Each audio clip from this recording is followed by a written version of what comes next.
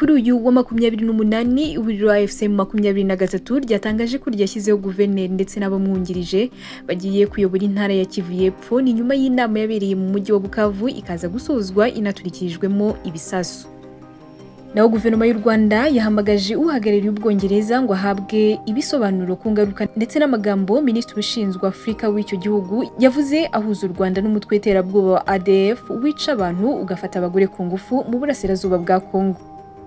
Naho umunyemari Mironko yatsinzwe urubanza yarezemo leta y'u Rwanda aho yishyuzaga amafaranga arenga miliyoni 18 z'amafaranga y'u Rwanda ajyanye n'isoko yahaye leta ngo igure intwaro mu myaka 30 ishize. Ngayo amakuru tugiye kubakiraho ayo tugiye kubagezaho yaranze iyi tariki ya 28 Gashyantare umwaka wa 2025. Mbahaye ikaze. Reka duhiri hano mu Rwanda. U Rwanda rwahamagaje uhagarariye Ubwongereza ngo ahabwe ibisobanuro ku ngaruka amagambo ya Minisitiri ushinzwe Afrika w'icyo gihugu yavuze ahuza u Rwanda n'umutwe w'iterabwoba wa ADF wica abantu ugafata abagore ku ngufu mu burasirazuba bwa Kongo. Minisitiri Rod Collins of Highbury ubwo yari mu nteko ishinga amategeko yabajijwe iby'ubwicanyi bw'umutwe w'iterabwoba wa ADF wiciye abantu mu rusengero, asubiza ko ngo yabibajije Minisitiri w'ububanyi n'amahanga w'u Rwanda akabihakana yivuye inyuma. U Rwanda rubona ko nubwo iki gisubizo cyaba kirimo kwibeshya hakenewe ibisobanuro kugira ngo haveho urujijo. Minisiteri y'ububanyi n'amahanga mu Rwanda ivuga ko Lord Collins yoherereje ubutumwa bwite Minisitiri w'ububanyi n'amahanga w'u Rwanda Ambasaderi Olivier Nduhungirehe yemera ko yakoze amakosa kandi ko ngo ashaka kohereza ibaruwa ikosora ibyo yavuze akayishyikiriza inteko ishinga amategeko y'iwabo. U Rwanda rubona ko bidahagije ngo kurikije uburemere amakuru nkariya atariyo afite muri iki gihe. Minisiteri y'ububanyi n'amahanga ivuga ko yohereje ibaruwa isaba guverinoma y'Ubwongereza gukosora ibyavuzwe mu ruhame no gusaba imbabazi.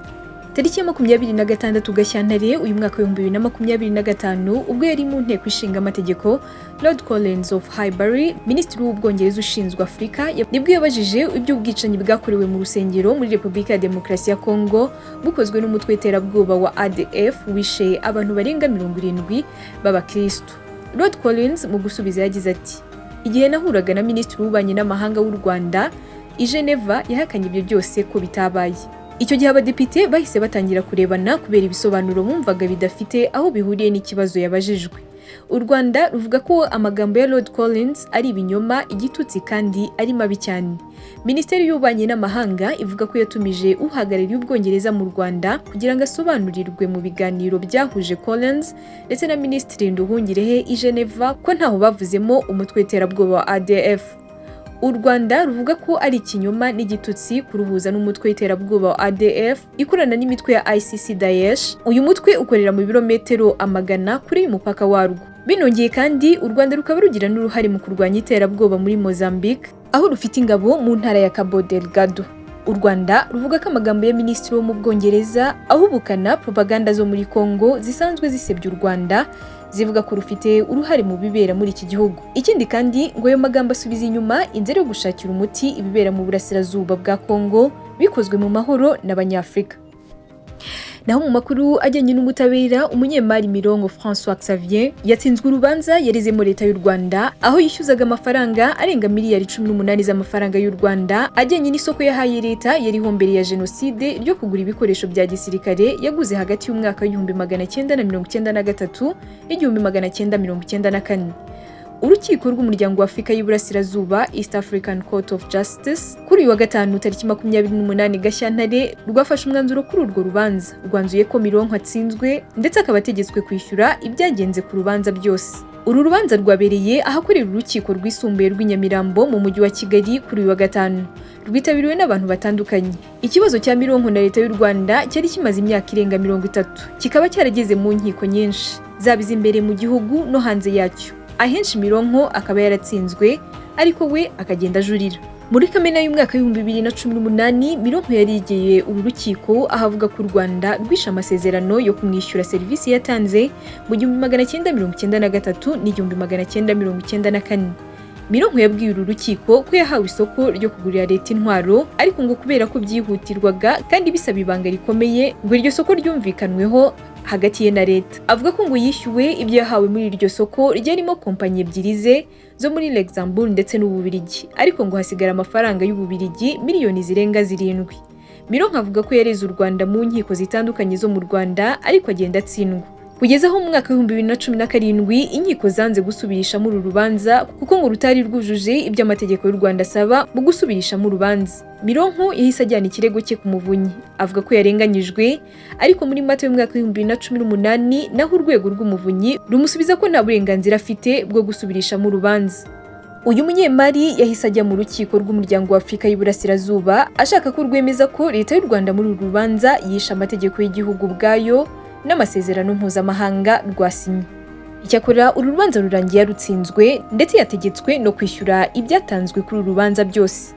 Twambuke tujye muri Kongo aho ihuriro AFCM 23 ryatangaje ko ryashyizeho guverineri n'abungirije guverineri w'intara ya Kivu y'Epfo nyuma y'inama yabereye mu mujyi wa Bukavu ikaza gusozwa inaturikijwemo ibisasu. AFCM 23 ivuga ko ishingiye ku cyemezo cyafashwe kwa 28 Gashyantare uyu mwaka hashyizweho guverineri n'abungirije guverineri w'intara ya Kivu y'Epfo. Mu itangazo AFCM 23 yibutsa ko MLDP twirwaneho yamaze kwiyunga n'iri huriro. AFCM 23 yatangaje ko yagize Birato Rwihimba Emmanuel guverineri w'intara ya Kivu y'Epfo. Uyu mugabo bivugwa ko ari umucuruzi uzwi cyane muri Kivu y'Amajyepfo. Naho witwa Dunia Masumboko Bwenge we yagizwe vice guverineri w'intara ya Kivu y'Epfo ushinzwe politike, inzego z'ubuyobozi, ubucamanza ndetse na politiki. Naho Gushinge Sanzira Juvenal we yagizwe vice guverineri ushinzwe ubukungu, imari ndetse n'iterambere. M23 imaze ibyumweru bibiri ifasha umujyi wa Bukavu ndetse na Kamanyora byo mu ntara ya Kivu y'Epfo. AFCM 23 imaze kwigarurira uduce dutandukanye tw'intara ya Kivu ya ruguru ndetse n'iy'Epfo mu burasirazuba bwa Kongo. Iri huriro rishyizeho abayobozi mu gihe inama yari iteganyijwe kubera i Harare muri Zimbabwe igamije kwiga ku biri kubera muri Kongo yari ku rwego rw'abaminisitiri b'ububanyi n'amahanga b'imiryango ya EAC ndetse na SADC itabaye. Tuve aho mu makuru avugwa mu karere dukomereze hanze ya Afurika. Muri Leta Zunze Ubumwe za Amerika kuri uyu wa gatanu tariki ya 28 Gashyantare, Perezida wa Leta Zunze Ubumwe za Amerika Donald Trump yakiriye muri White House mugenzi we wa Ukrain Volodymyr Zelensky. Aba bakuru b'ibihugu byombi bahuye mu gihe hashize iminsi Trump atavuga rumwe n'ibyemezo byafashwe na Zelensky ndetse amwita umunyagitugu wanze kwemera ibiganiro ngo intambara imaze imyaka 3 y'Uburusiya na Ukraine ihagarare. Gusa ariko kuri wa kane ubwo yabazwaga iby'uruzinduko rwa Perezida Zelensky, Trump yavuze ko yubashye cyane urwo ruzinduko ndetse ko yiteze ko ibiganiro ari bugirane na Zelensky biri bubyara umusaruro ufatika uganisha ku kugarura amahoro no guhagarika intambara imaze imyaka 3 ihanganishije Uburusiya na Ukraine. Aho hari mbere yuko bagirana ibiganiro, gusa ubwo babonanaga ibintu byahinduye isura. Ibiganiro byabo byari byuzuyemo impaka. Mu burakari bwinshi Trump yumvikanye abwira Perezida Zelensky ko nta karita afite yo gukina, ko ari gusheta ku rupfu miliyoni z'abaturage ndetse akaba arimo no gukina n'intambara ya gatatu y'isi. Iyi nama yari yuzuyemo gusuzugurana kwinshi ndetse no guterana amagambo imbere ya kamera nk'uko muri kubibona kuri iyo video. Byahise rero bituma Perezida Zelensky ahita asoza uruzinduko yagiriraga muri Amerika. Perezida Donald Trump ari kumwe na Vice Perezida we J.D. Vance bashinje Zelensky agasuzuguro ndetse bakavuga ko ngo bamuhatiye gusaba imbabazi. Perezida wa Ukraine wavugiwemo inshuro nyinshi yagaragaje ko ngo nta gaciro yahawe muri iyi nama. Vice Perezida wa Leta Zunze Ubumwe za Amerika J.D. Vance yahise amusubiza mu kibazo ati, uratekereza ko ibi ari ukugusuzugura kukuzana mu biro bya Perezida wa Leta Zunze Ubumwe za Amerika hanyuma ukavuga nabi ubutegetsi burimo kugerageza kukubuza ko igihugu cyawe gisenyuka? Uwo ni Vice Perezida wa Leta Zunze Ubumwe za Amerika J.D. Vance yaricaranye na Perezida Donald Trump. Perezida Zelensky yagerageje kwisobanura avuga ko nubwo intambara arimo yumva mu gihugu cye ariko n'ubundi ngo ishobora kuzagera n'ahandi. Ntibyarangiriye aho kuko Perezida Trump yabwiye Zelensky ko iyo atagira miliyari 350 z'amadolari y'Amerika n'ibikoresho by'igisirikare cya Amerika yamuhaye intambara ngo iba yararangiye mu byumweru 2 gusa. Yasabye Zelensky kwemera ibiganiro, undi nawe avuga ko abyemera ariko akeneye ko ahabwa icyizere kuri Perezida Vladimir Putin. Kuri ubu rero amakuru aravuga yuko Perezida Donald Trump wari ufite gahunda yuko Perezida Zelensky ari buve muri White House asinya amasezerano yo guha uburenganzira Amerika gucukura amabuye y'agaciro ataboneka henshi ku isi muri Ukraine. Ntibyaje gukunda ko ayo masezerano ayasinya kuko yasohotse muri White House yahise asoza uruzinduko rwe, icyakora ngo ayo masezerano bayumvikanyeho. Trump avuga ko Amerika ibaye iri mu bucuruzi bw'amabuye y'agaciro muri Ukraine byatuma Uburusiya budatinyuka kuzongera gutera iki gihugu. ngayo nguko amwe mu makuru y'ingenzi yaranze uyu wa 28 Gashyantare 2025. Murarikiye gukanda subscribe kugira ngo ujye ubona n'andi makuru menshi agezweho kandi ku gihe. This war would have been over in 2 weeks. In 3 days, I heard it from Putin. In 3 days. This is something maybe less. In 2 weeks, of course, yes. It's going to be a very hard thing to do business like this. Again, just say thank you. I said a lot of times to American people. Accept that there are disagreements, and let's go litigate those disagreements rather than trying to fight it out in the American media when you're wrong.